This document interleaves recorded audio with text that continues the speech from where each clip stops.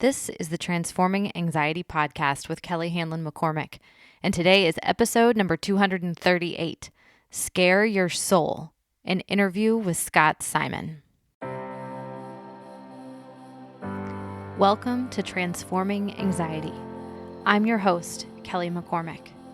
I'm a mom to 2 boys, a wife, friend, daughter, and sister, and I'm a certified life coach, yoga teacher, and soon-to-be mindfulness meditation teacher. I'm no stranger to anxiety, and I'm here to teach you how to manage your mind and your emotions so that you too can transform anxiety into calm, peace, and whatever you want for your life. I'm so glad you're here. Hey there, welcome in today. I have another interview for you today, and I am excited for you to hear this conversation.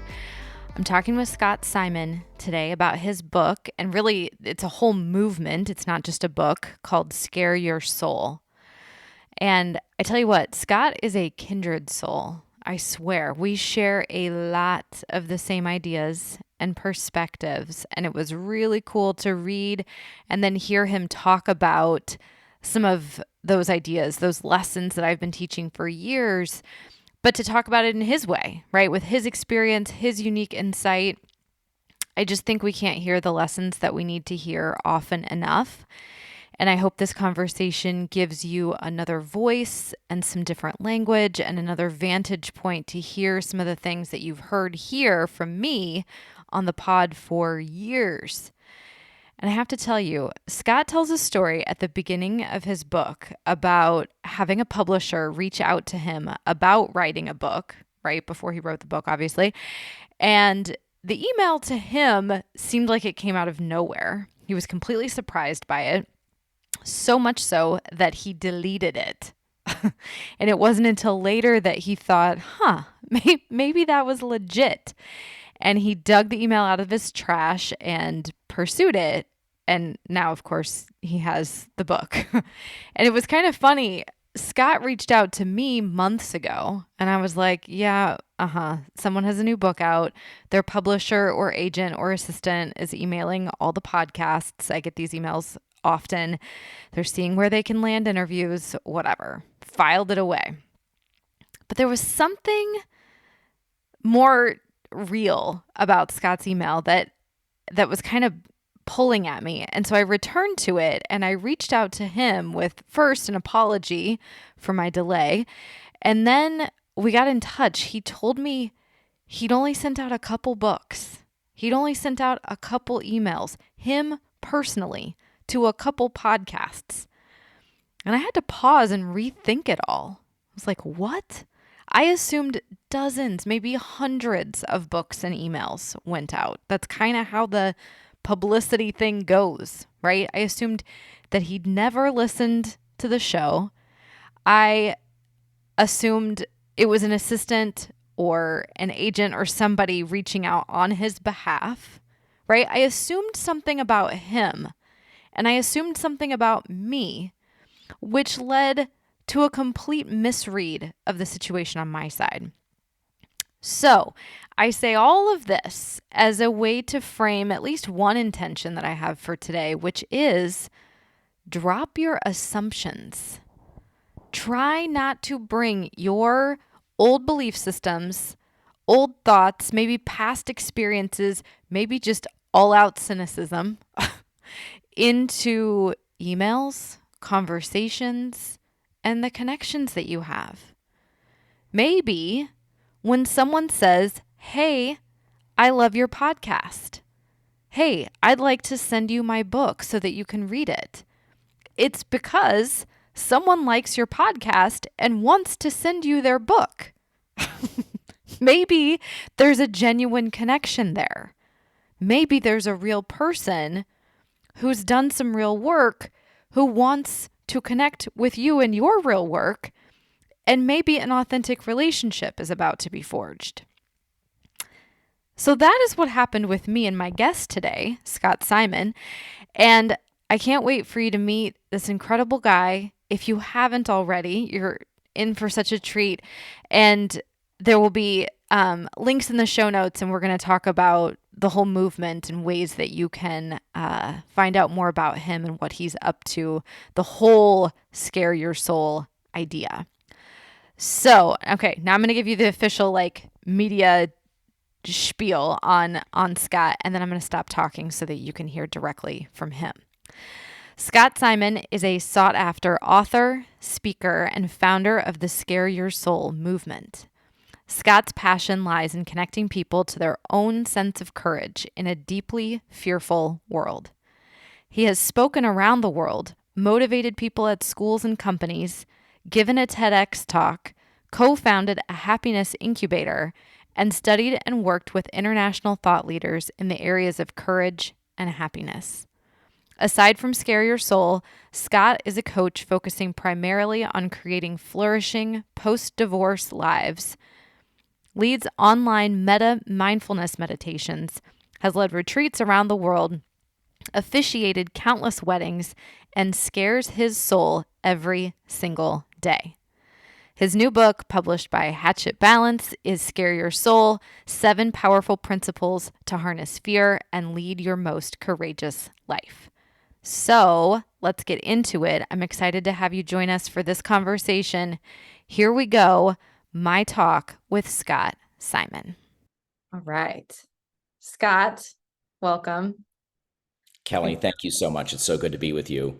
Yes, I'm so glad to have you here. It was months ago you reached out, and we're finally here, and I'm really, really excited to talk with you about your book and your work and just what you're up to. I think our thoughts and our kind of our philosophies on this stuff align and dovetail so beautifully. And it's always fun to talk with somebody. I think the things that we need to hear, we can't hear often enough, but it helps to hear from different angles and in different language and from different stories and personal experience and work and teachings. So I'm super excited to have this conversation. Thank you for your time. And for My being pleasure. Super excited to have this conversation with you. You do incredible work, and your listeners are super lucky that you're holding space for all these wonderful ideas and speakers. Oh, thank you. Thank you. Thank you. Let's start. If you're watching the video version, you can see his beautiful book here, Scare Your Soul. And tell me, when did your book come out? It's been out a little while. A little while, came out in December of last year, December Okay. 6th. I had gotten an email the year before from an editor of the third largest publishing house in the world, saying that she found my Squarespace website and asked me if I wanted to write a book. And I did what any sane person would do. I deleted the email.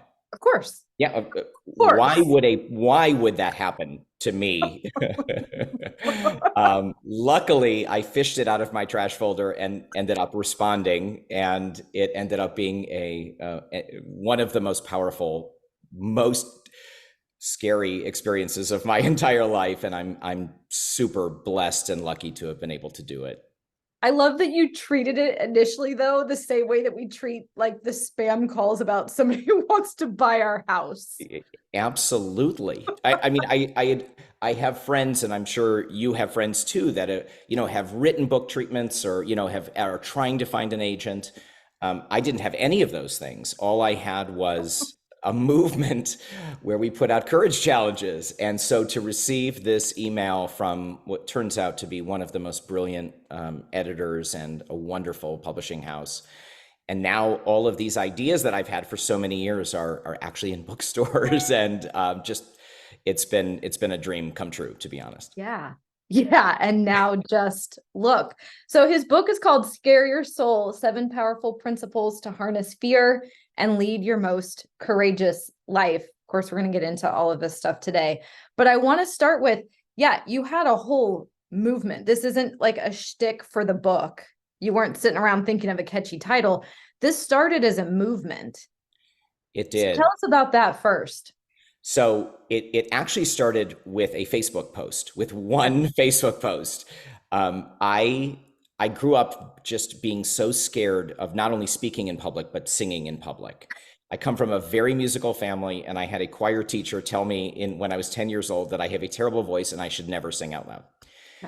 I'm sure many people have had experiences like that, whether it was in choir or a pastor or a priest or a rabbi or grandparent, somebody who told you that you were just not good enough. And a lot of things happened between when I was 10 and when I did something about it. But I decided, after studying positive psychology and doing a whole lot of other things that were life-changing for me, to sing in public in front of a very busy restaurant on a Sunday morning with an acoustic guitar, which was shockingly terrifying, and at the same time, maybe one of the best things I've ever done in my life. Yeah. So powerful. I wasn't any good, by the way. It wasn't that I was good. In fact, I was terrible, but everybody got behind me and they cheered me on. And Kelly, when I got finished with it and I was headed back to my car, I thought I could levitate back to my car. For Yeah. 35 years, I didn't sing, and I basically conquered that fear in 7 minutes. I wrote a quick Facebook post about it. My experience, that post went viral, and all of a sudden I had people the next week DMing me from around the world asking me to be how they could be more courageous in life. And that was the beginning of Scare Your Soul. Yeah. It's so relatable. I mean, everybody who just listened to this was like, hell no, I'm not going to go sing. Of course, it's illogical to put ourselves in positions where we could face failure, ridicule, rejection, everything. But I think I learned something in that moment that I had already been working on by having a courage practice, which I'm happy to talk about. That's really the basis of my work and my passion, is a courage practice. But I had this thing hanging on my shoulder. Like, I knew it was there.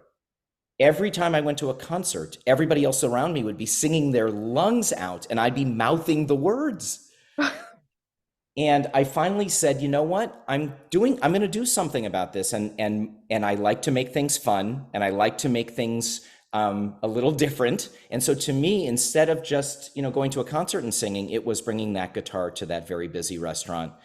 And that started this organic movement of people who are just fellow humans who they want to grow, and they want to say yes to life, and they want to lead a flourishing life, and they don't want to be held back by fear anymore. And together we do this work. And that's why it has become a movement. It's not a guru telling you something. It's all of us together doing things that are hard. And that is just the best thing ever. Yes. Yes. And such relatable, again, because a lot of them are small, arguably, right? Like, relatively speaking, it's not like people are going out to change the world. They're doing something in their lives, right? Something doable, but something terrifying. Totally. Yeah. When I speak to groups or even just talking to members of the community, everybody begins by thinking that courage is something huge and beyond them. Yeah. It's Martin Luther King Jr., it's Rosa Parks, it's Nelson Mandela. It's doing something that is so earth-shaking that they could never do it. And I really believe that courage exists in the small moments. A moment every single day where you can step into pushing a comfort zone. Doesn't have to be anything more than that. And sharing it with other people. It's this kind of beautiful duality of, can I do something that pushes me, but then can I in some way inspire somebody else because I just did it? And it's so simple, but I think sometimes the most powerful things in life, and sometimes the most overlooked, are the most simple.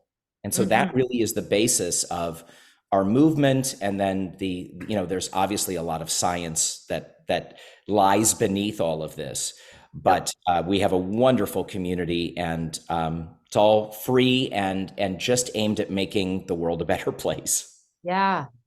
Okay. Do you find, I think courage and confidence sometimes get lumped together, in meaning we think about it as like, you either have it or you don't. Yep. Right? Like, you look at somebody who you perceive to be courageous. And here I'm talking about people who are like extreme athletes, or people who speak in front of huge audiences or rock stars or, you know, the people who are flying to the moon or whatever.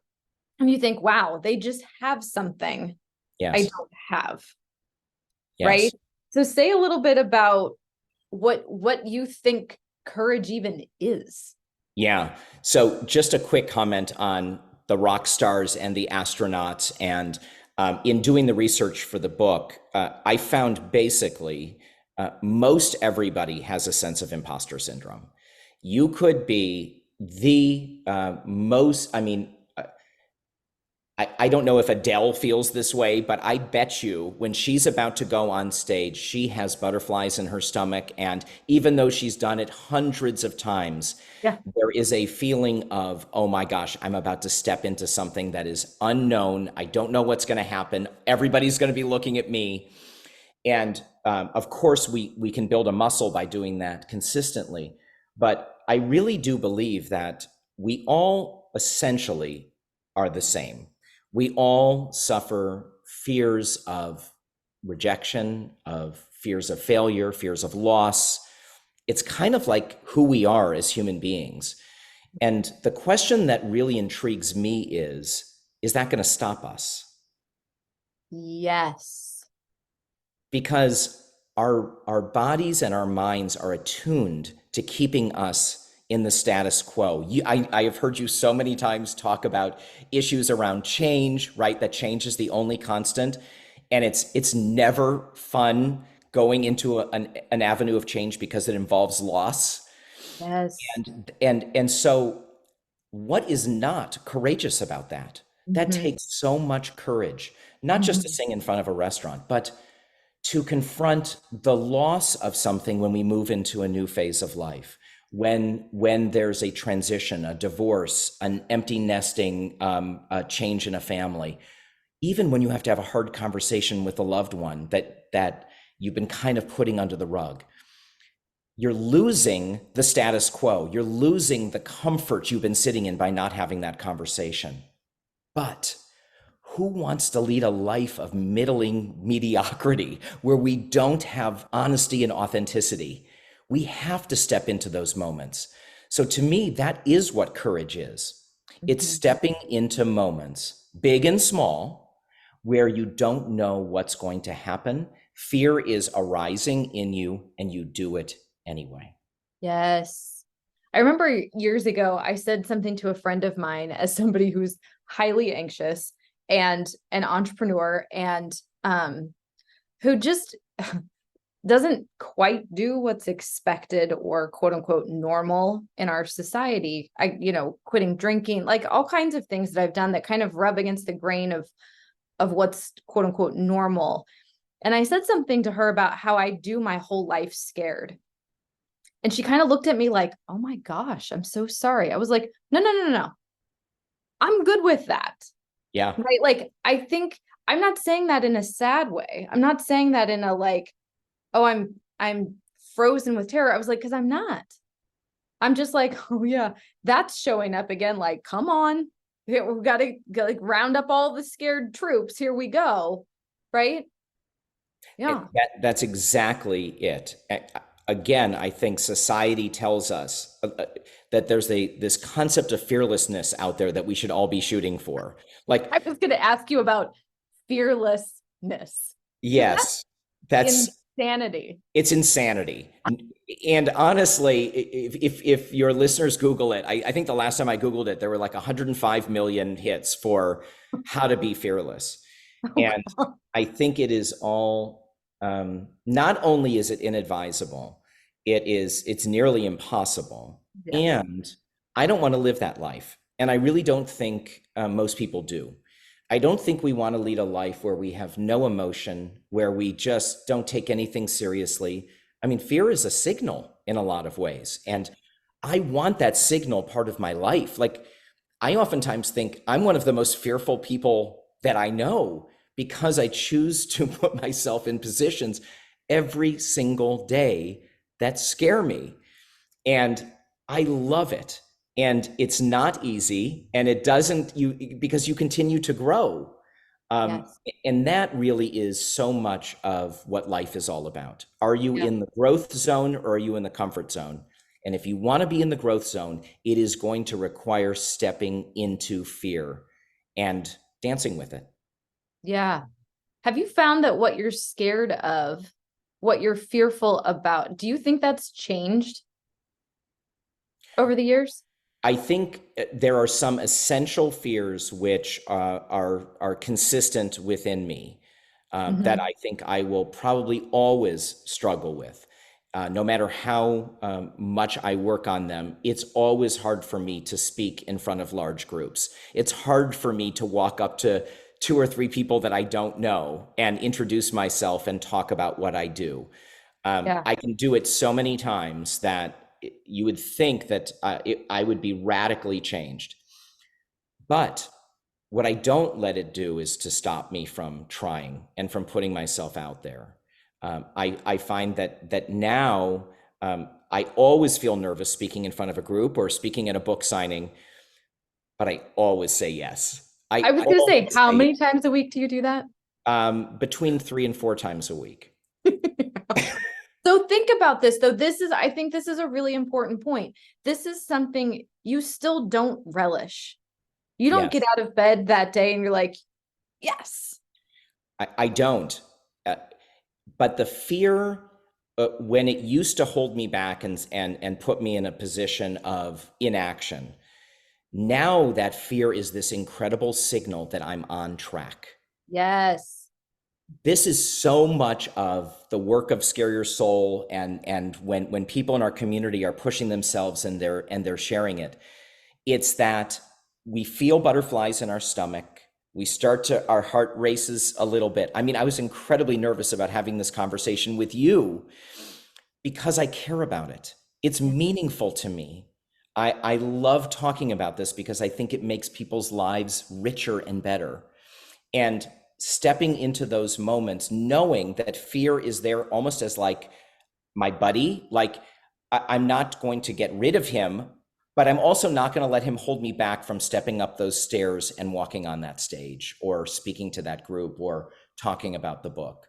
And that, I think, for everyone listening, is a call to action, to pay attention to what's happening in your body. And just because you're feeling butterflies or because something hasn't worked in the past doesn't mean that it should stop you today.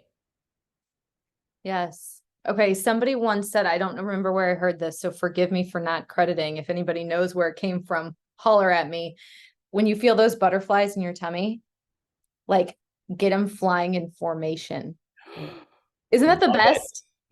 That it's like just, and you talk about this in the book, you have a whole chapter about harnessing your fears. Yes. It doesn't have to be chaotic and let it all run amok. It's like, no, get those butterflies flying in formation. And it's like, just come on, gang, here we go. Right. So talk a little bit about that, about because I think the more we can reframe and flip how we're relating to fear when we think about harnessing it, Yes. right? So say a little bit about that. So I think I really lucked into an idea that that is also a foundation of Scare Your Soul. I had a panic attack on an airline flying overseas. I was about to go do something that I had never done before, live with a family that I didn't know, a language that I didn't speak, and I was going to be teaching English to Holocaust survivors, something that I had never done. And I had a panic attack on this international flight.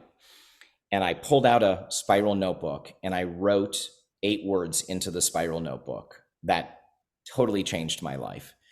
And the 8 words were, do one thing every day that scares you. Yeah. And I know many people have heard that before. Eleanor Roosevelt a lot of times is credited with that phrase. But it really meant something to me. It became like a mandate to me that every day that year that I was going to spend abroad, I did something that pushed a comfort zone. Mm-hmm.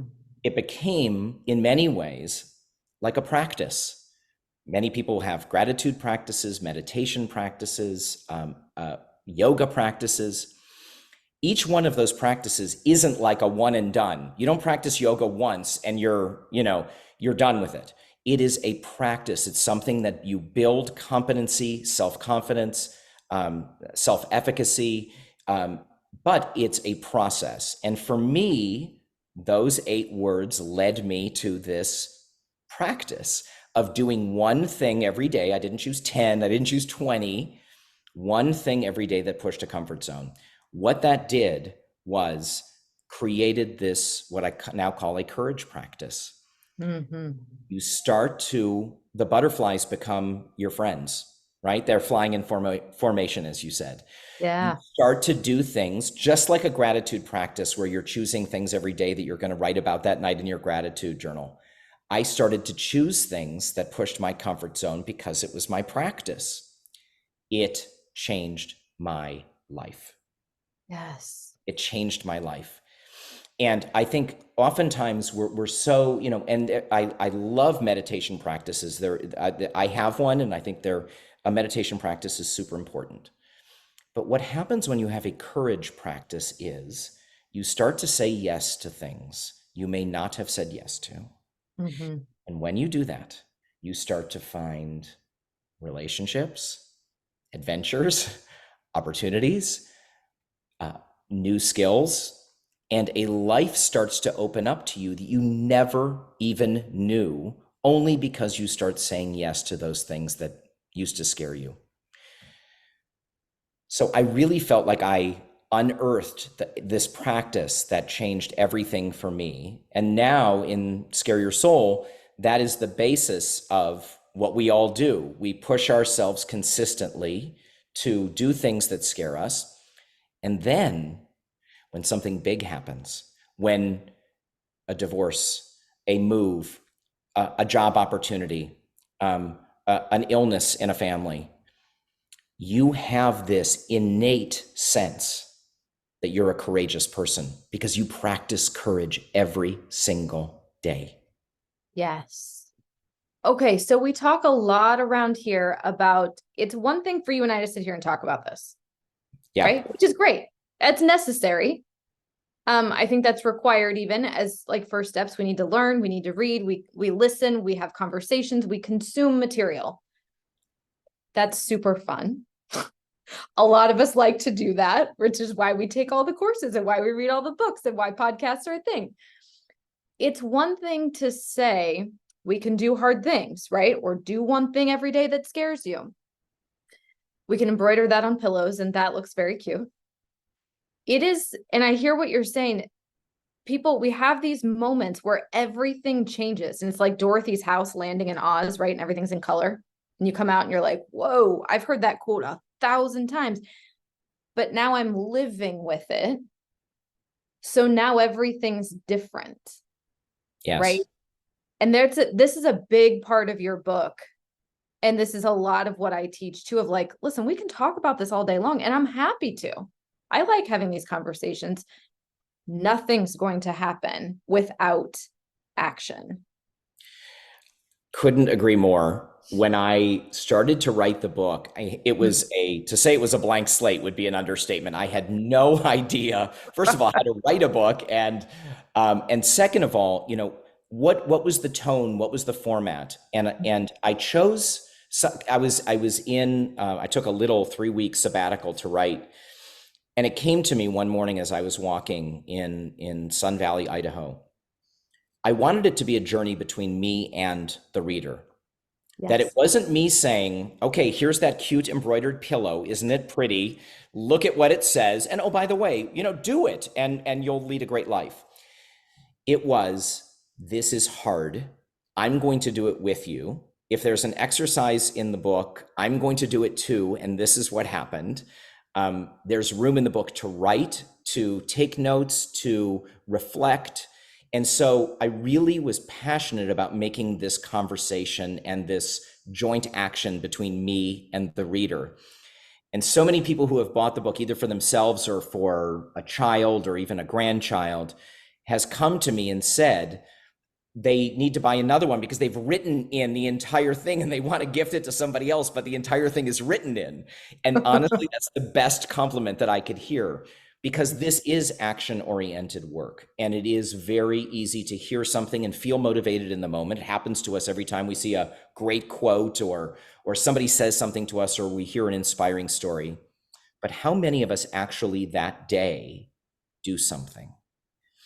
I oftentimes say that action is the antidote, that if we can just move ourselves into positive action, just one step at a time. It sounds so simple, but it really does work. And then we Mhm. start to create something that a wonderful writer and researcher, Alex Korb, talks about, which is the upward spiral. Yeah. We leave aside this downward spiral of apathy and boredom and depression and anxiety, and we start to move it upwards into joy and adventure and audaciousness. And who doesn't want to live that life? Yes. And so it's these small actions that start moving that spiral in the right direction. Yeah, this is something I teach and talk about with people a lot is it doesn't okay, like you wrote a book and you got an email, somebody said, "Hey, why don't you write a book?" And I think a lot of us, first of all, what you did and delete it. If you like me, probably not, right? But okay, once we got on board with that, I remember hearing Glennon Doyle talk about this. She was like, "Nobody knows how to write a book. That's ridiculous." Yeah. But I do know how to write words and I can put them into sentences. And if I write enough sentences, they start forming paragraphs and sections and whole concepts start coming together. And then I write enough of those and they kind of start organizing themselves into chapters and even grander ideas. And then pretty soon I have enough of that together that I've written a book. She's like, I've never written a book before, but I have written words into sentences. And that's such a good, it's like you don't have to run a marathon. Put your running shoes on. That's That's it. it. That's it. That's That's it. it. That's it. Right? Yeah, that I think the challenge for so many people is fear. There's a wonderful academic who talks about the difference between real fear and toxic fear. Ooh, Real fear being the kind of fears that are we're meant to pay attention to because they're keeping us safe, right? yeah. Anybody who's had a child and you're teaching them about crossing the street or touching a hot stove, there are fears in our life that are meant to keep us safe. There are also toxic fears that are limiting us and holding us back. And a Mm-hmm. lot of those are those things like fear of loss and rejection and all of those things. And it gets triggered by trauma and real deep, important things that have happened in our lives.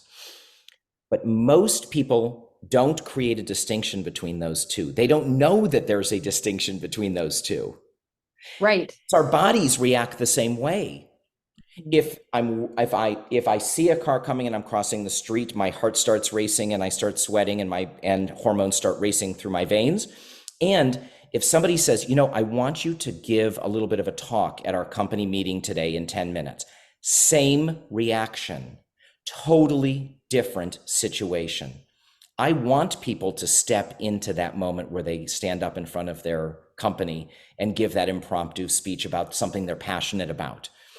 They just need to be aware of what's happening in their body and knowing that they can take that small step. They don't have to become a public speaker every day, but they can take a small step towards that courageous act. Yeah, it is interesting how limiting language can be sometimes when we look to communicate or convey, right? Like, think about, like, I would tell you I love pizza, and I would also tell you I love my kids. Yes, And I'm talking about two very different things, yes, right? So to say I'm scared of, I mean, you're right. Fear is what keeps us from eating moldy food. It keeps us from, it makes sure that we buckle our seatbelt when we get in a car. That's absolutely. fear, Yep, right? But to say I'm scared of a car accident versus I'm scared to speak in front of somebody, again, totally different things. It's my pizza or my kids and pizza, like, right? So recognizing that our language is, gosh, it's like a limiting factor. it is. It is. And this is, again, where a practice starts to really help. Because once you do something consistently in small bite-sized actions, your your brain and your body become attuned to it, and you start to see, gosh, I can do that. I can, on the whim, say hello to a stranger or smile at a stranger. It's not our usual course of action. It's much more comfortable to keep our head down and drink our coffee or watch our Netflix. But think about the opportunity that you have to meet somebody you've never met before or make somebody's day. Right. I have bought so many cups of coffee for strangers because it's one of our classic Scare Your Soul challenges. It's almost like the epitome of a Scare Your Soul challenge because it is scary, but it has such a huge positive payoff. And I've done it so many times and it still feels awkward every single time, but I still do it. And the feeling afterwards is this glorious feeling of, it's not just me pushing myself, it's me pushing myself in a way that's going to help somebody else. It's like an act of service. And that just makes all of this so much better. Yes. Yeah. And if you've ever been the recipient of that, you know it's so small and it makes your whole freaking day, doesn't it? Totally. So fun. We have a volunteer with Scare Your Soul. Her name is Johanna. I wrote a story about her in the book. Johanna grew up in Beverly Hills and always wanted to be a cheerleader. And for a number of reasons, she couldn't be a cheerleader growing up.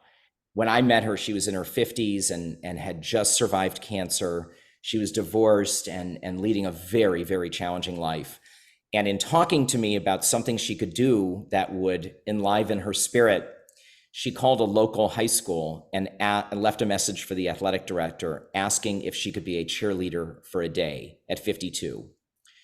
He called back and said, hell yes, you can.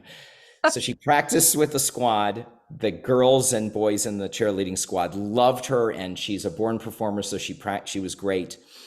But that morning of the game, when she was in her cheerleading uniform at 52, she had this crisis of confidence. Like, I don't do this. 52-year-olds don't do this. Yeah. But something in her was kind of like me on that airplane, said, let's do this. Let's step into fear. And she walked out on that field, it was homecoming game, and turned around to see a standing ovation from the crowd. Now, here's the interesting part of, I love that story for so many reasons, but here's, I think, the interesting part is what happened next. She loved it, of course, and it was a powerful experience for her. She sat in the stands afterwards and had person after person come up to her and say, thank you for what you did. So when we step into courage, we're not just doing it oftentimes for ourselves. We don't even know what it could do to inspire other people. And that is such a beautiful part of this work. So for your listeners who feel like, I'm just so stuck and I can't do that thing, although I've got plenty of ideas of things that they can do that are fun and bite-sized and get you out there doing things. But if you feel so stuck, try this mental exercise. What would that act do for somebody else? Who will benefit by this act? Maybe it's your family. Maybe it's the person that you end up speaking to or sharing an idea with. Maybe it's somebody who needs some honesty and you're going to bring a level of honesty to that relationship. You probably are helping somebody in your act of courage, and that can help transform us into a moment of bravery. I love it. I love it.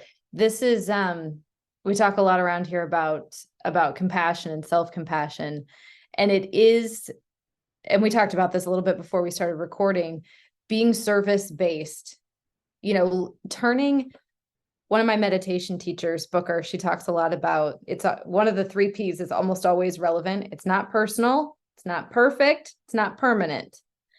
And when it's not personal, meaning it's not about me, Yep. right? Make it about somebody else, right? Call everybody else in. And I know sometimes we hear that, especially when we're really underwater and things feel difficult and we feel like, now you want me to do something for somebody else. It can feel like that when you first hear it, but just sit with it and try it in a small way. Yep. because it works. It's the most counterintuitive thing, and it works every time because it gets you out of your stupid head with whatever's going on, the chatter up there. Absolutely. It does. It does. And Mhm. then when you do it, you get this incredible feeling of kind of joy and freedom, even if it's even if it's buying a cup of coffee for a stranger. There's this rush that comes with it. And I want people to slow down and pay attention to that feeling, not just move on with their day or, mention it to a coworker, but to really say, what did I do here? I overcame a fear of connecting with a stranger, of doing something that I've never done before, some stepping into the unknown. I have no idea what's going to happen. I have no idea what this person could say. No, they could laugh at me. Who knows what could happen? That's a real accomplishment. And when we do it, we have to take time to pay attention and seal it in. And I guarantee you, doing it again that next time will be even richer. And that really is when we start to become who we are as courageous people. Those little steps aggregate, and we have this new conception of ourselves as this courageous person, which is so powerful. Yeah. Yeah. It's so fun. It is. It is. It really, it sounds crazy to say it. I know. Like, yes, I put myself in uncomfortable positions all the time and it's really fun. But it is. And when you share it with other people and they get inspired, it becomes even more fun. And that's just a beautiful thing. Yes. Okay, let's take a hard left for a second. You talked too about living a values driven life. Yeah. Talk a little bit about this because I think this is something when we get really lost in the minutia of our day. We're just trying to get dinner on the table, and then there's soccer practice, and we got algebra homework we have to help with, and then we got the work deadline, and blah, blah, blah, blah. It can be pretty easy for days, weeks, months, years to go by without us ever checking in with, like, what do I value? What do I hold to be important? So talk a little bit about it, living with values at the forefront. Yeah. So I kind of look at values as the foundation. If we Mm-hmm. remember Maslow's pyramid, Maslow's hierarchy, to me, in terms of a beautiful, powerful, courageous life, values are at the foundation level. Because if we are not operating out of our own sense of what is important to us, first of all, the motivation to do so is never going to last because it feels fake and inauthentic and feels like somebody's telling us to do something. It's why New Year's resolutions, which are not values based, vaporize within a month. But if legitimately, so for example, if health, if being a vibrant, healthy person is a strong value for you, the chance that a practice, a diet, a eating healthy, going gluten free, going vegan will last and you'll stay consistent with it is so much greater than if you read an article about it or a friend is doing it and you just join them, and it's not going to stick. So it's really important that I believe the work that we do every single day to be courageous is rooted in values. Mm-hmm. This is not something that you need to take a weekend retreat off in the woods, as nice as that sounds. This is something as simple as in the book, there is a list of many, many values. I have a very simple process of finding the ones that feel the most aligned and energized to you, and then kind of winnowing it down so you end up with the ones that feel like they are the most important things in your life value-wise. Once you know that, you can start to act in a way that aligns with those values. Yeah. This is so, it feels simple, but so few people take the time because dinner has to happen and laundry needs to get done and friends are calling and a child needs us and we have our comfort mechanisms. We want to scroll on our phones. We want to watch something, we want to stream something on TV because it makes us feel good at the end of a busy day. Yeah. I guarantee you, if somebody takes a half an hour to just plug into the values that underline a courageous life, it will start to inform the things that you'll start to do every single day. So that to me is this powerful foundation to the work that we do. Yes. Yes, it's wild to listen to people. You and I are both lucky enough to get to hear from a lot of people about what they want, right? What they dream about, what they really desire, their goals, like these just like wild, ambitious, just crazy sounding things, right? Yep. Then we also get to hear what's happening on Tuesday, right? And how they're living. And again, I know you and I both know we've got kids and businesses and houses and we got all the stuff. To really live according to your values and priorities, instead of getting yanked around behind whatever is just unfolding in front of you, is a very different way to live your life, right? And that's what you're asking us to do, is like, let's just start at the foundation. Start at the foundation, and then life becomes intentional. Yes. Life becomes intentional. We're making decisions and actions based on what is the most important to us. Yes. It's almost, once you hear it, you think to yourself, well, gosh, why am I not doing that? Like, if I could reflect and kind of just plug into those things that I find are most important in my life, and then let those inform my actions. Sometimes it's going to be hard to take those actions and scary. Sometimes it won't be, but it's the foundation. It forms everything else. And I think, again, plugging into those is a great first step. Yeah, yeah. I like to remind people too, when they look at something like this and they're like, well, that seems hard, or that seems scary, or that seems uncomfortable. And I like to remind them, I'm like, okay, let's look at today though. You're not comfortable or enlightened or invigorated in the moment anyway. You're already uncomfortable. Yes. So now we get to choose which path of discomfort we would like to pursue, Yep. right? I think that is 100% right. All you have to do is open a newspaper, go online, listen to what's happening in the world, see what's happening in politics. It is uncomfortable. It is polarizing and fear-inducing. I want to have control over my fear. I don't want to let it just wash over me and keep me in bed with the covers over my head. And that means getting out there and doing things in the world. And sometimes they're going to make me feel uncomfortable and I'm going to feel fear around it. But once you start doing it, it becomes this joyous practice. And Yeah. then all of a sudden we can deal with those other things just a little bit better. Yeah. Yeah. So this is kind of that upward spiral you were talking about earlier. Let's talk about the idea of, and I'm sure everybody's, well, if you've been hanging out here a little bit, you've probably heard me talk about this term, neuroplasticity, Yeah. right? How we can rewire, how we can repattern, how we can rehabitualize ourselves. So that if we were talking about just kind of the same old, like I'm just going to lay in bed, pull the covers over, and that's a certain brand of discomfort. Yes. Right. There's a different kind of discomfort, which is what we're talking about, which is that courageous, the change, transforming your life. Right.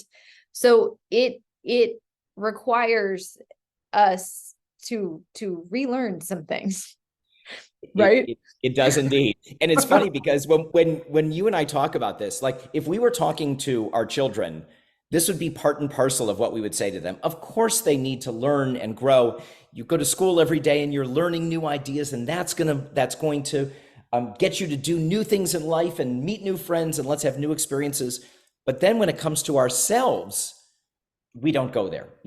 It's status quo, and we know that it's good for us. And so I think this whole concept of our brains being plastic, being able to change due to new thoughts, new actions, new ways of thinking.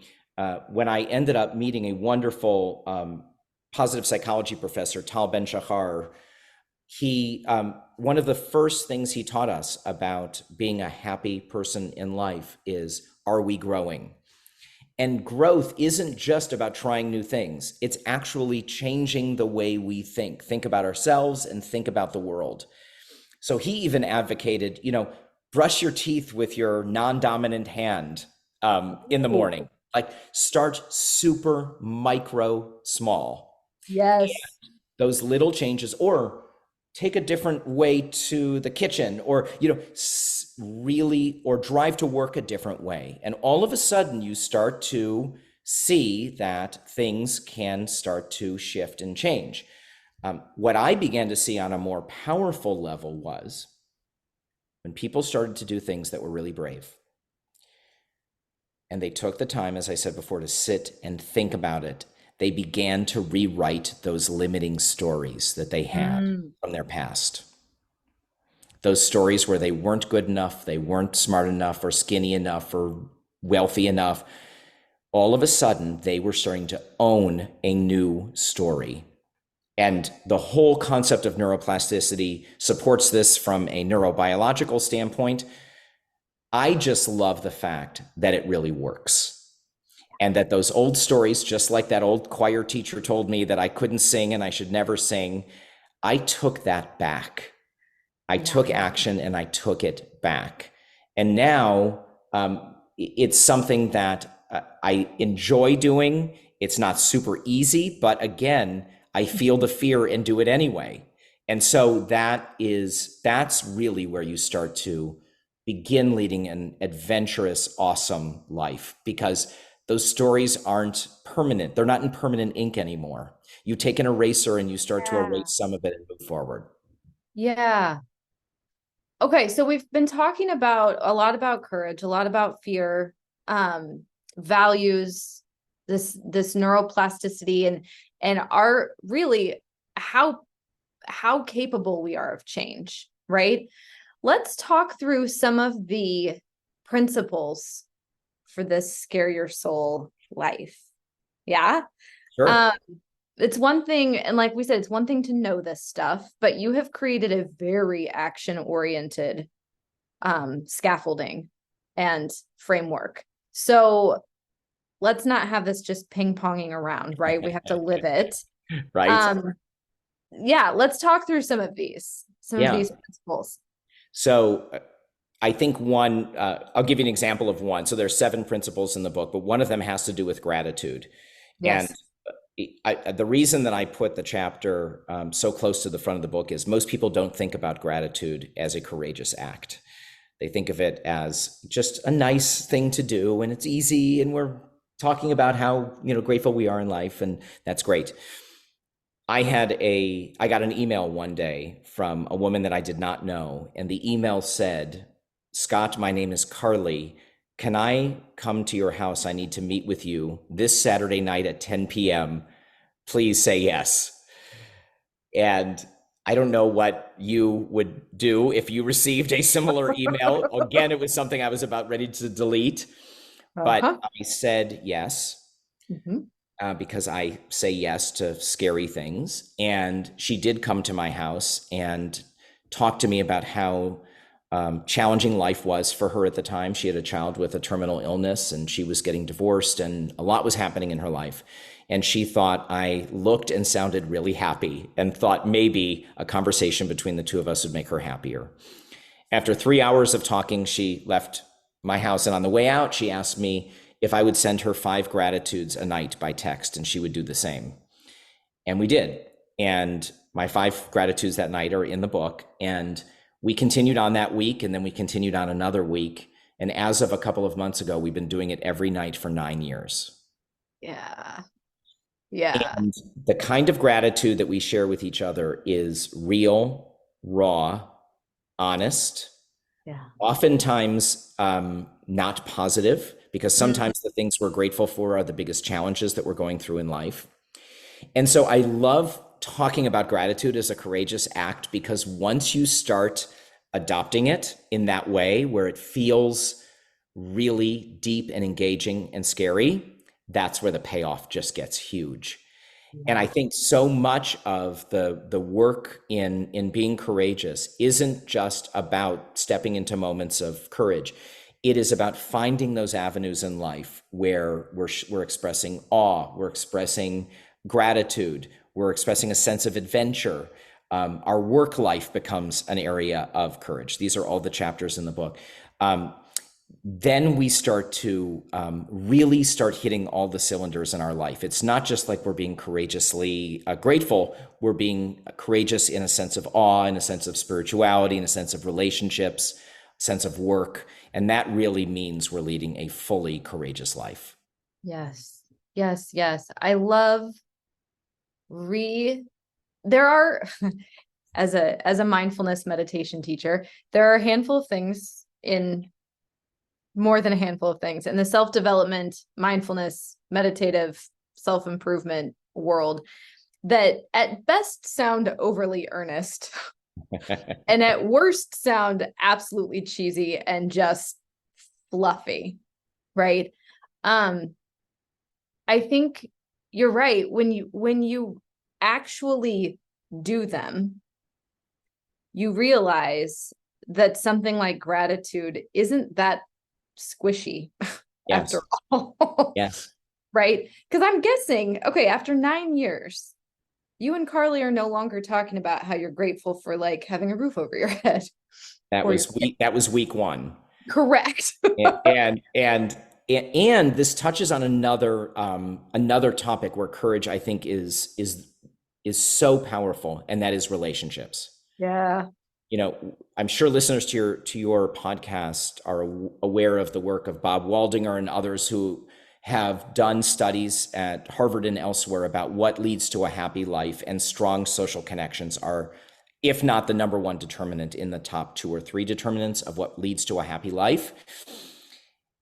As we all know, superficial relationships may seem nice, but they don't feed our soul. Yeah. The relationships that feed our soul are full of honesty and authenticity and tough conversations and beautiful conversations and experiences in life that are different and enlivening. We have to bring full emotions to them, and that all takes courage.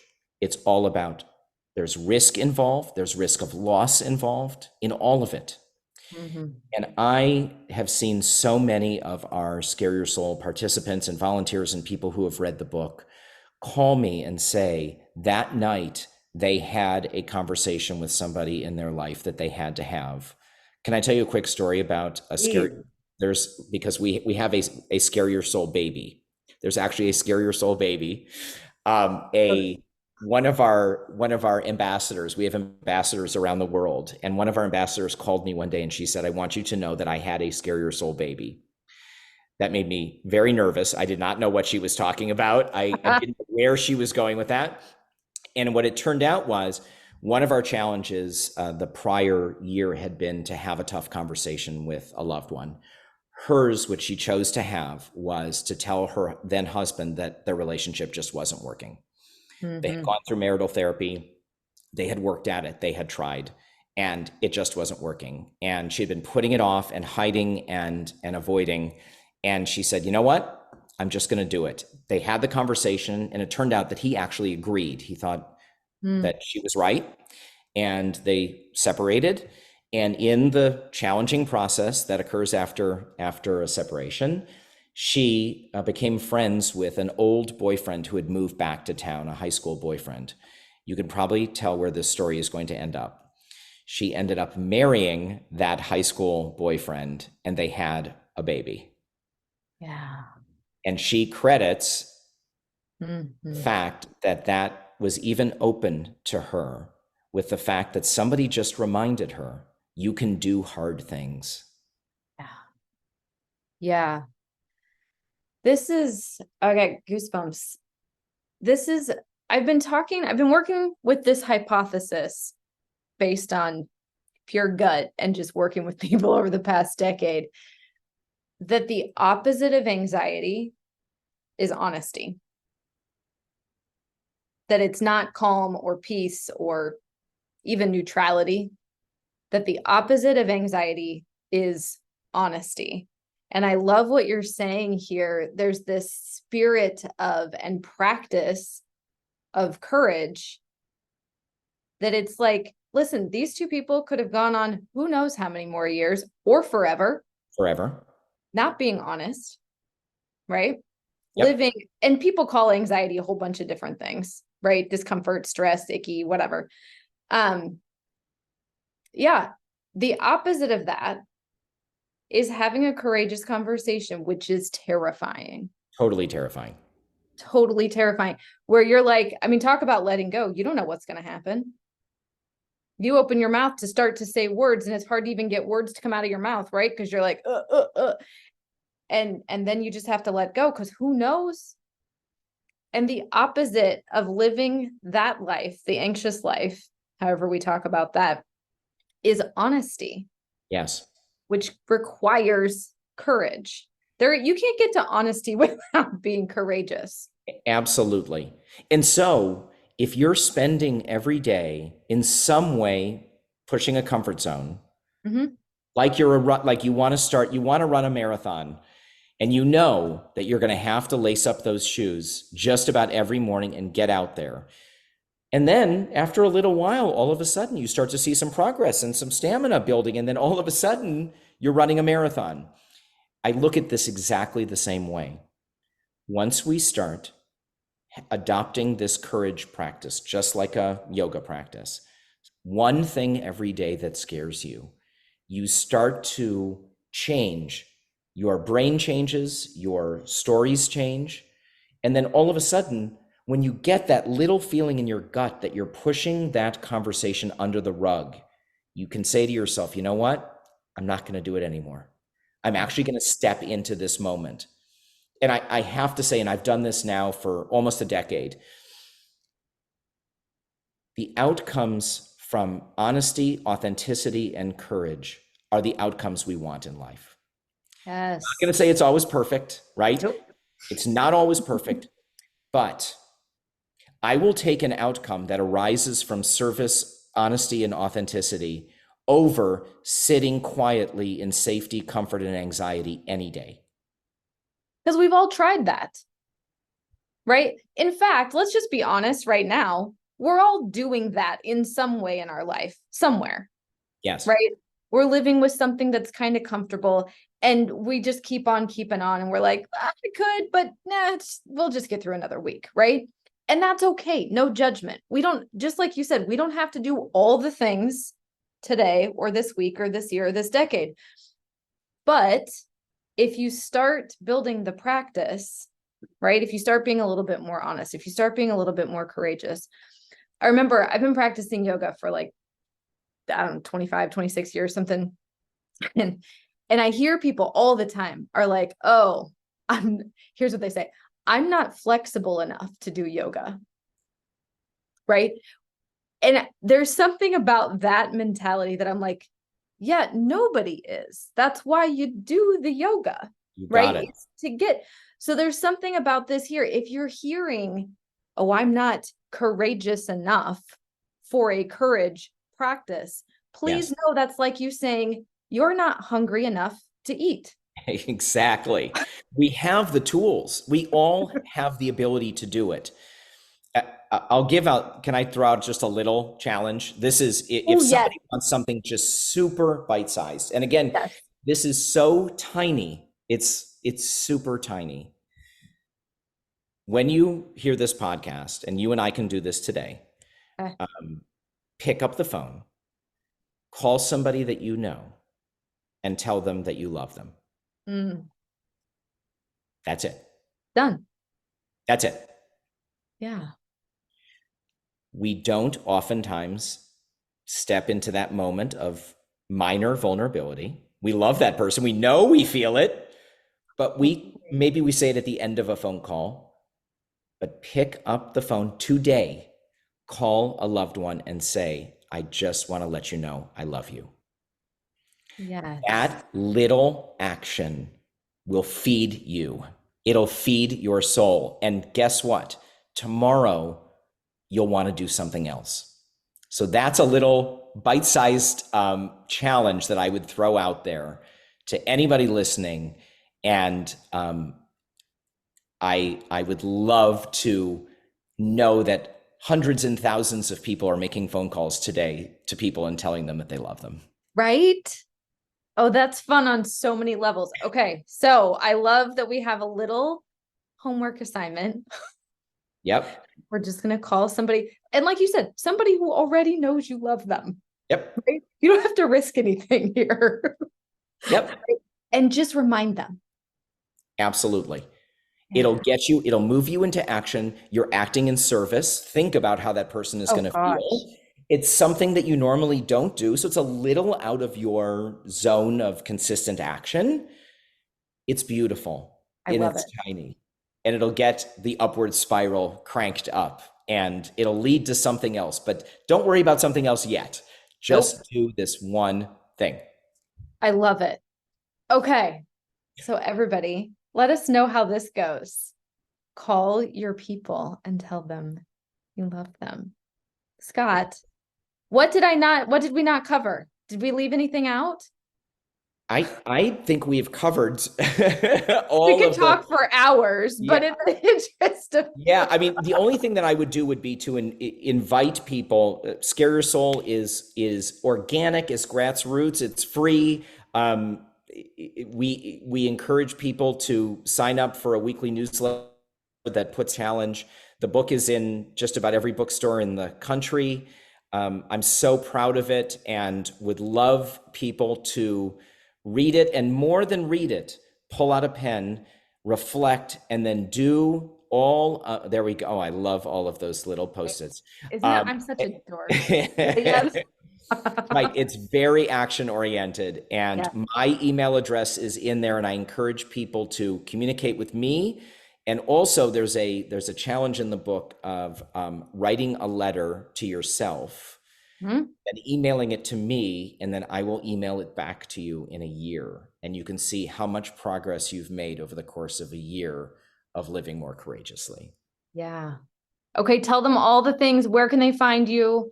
Where do you want them to hit you up? Obviously, get the book, Scare Your Soul.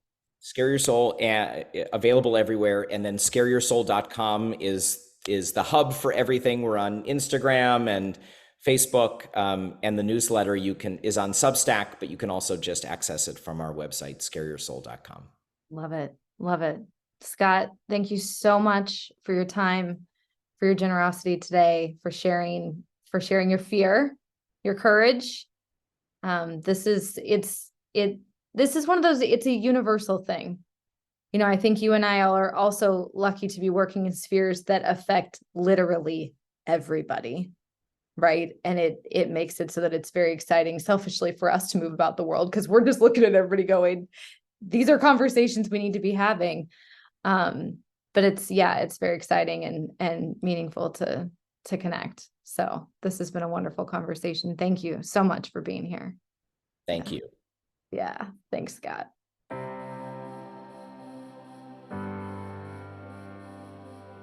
Do you have someone to help you with your stress, anxiety, worry, and overwhelm? If not, I would love to be your coach. The Fierce Calm Project is my virtual coaching program where we get to go in on topics like this one, and I can help you apply these lessons to your life so that you're creating your own transformation. We do live coaching calls, guided meditations, on-demand yoga classes. We hold book club where we read books your neighborhood book club won't, and there's lots of bonus content that I've created just for you.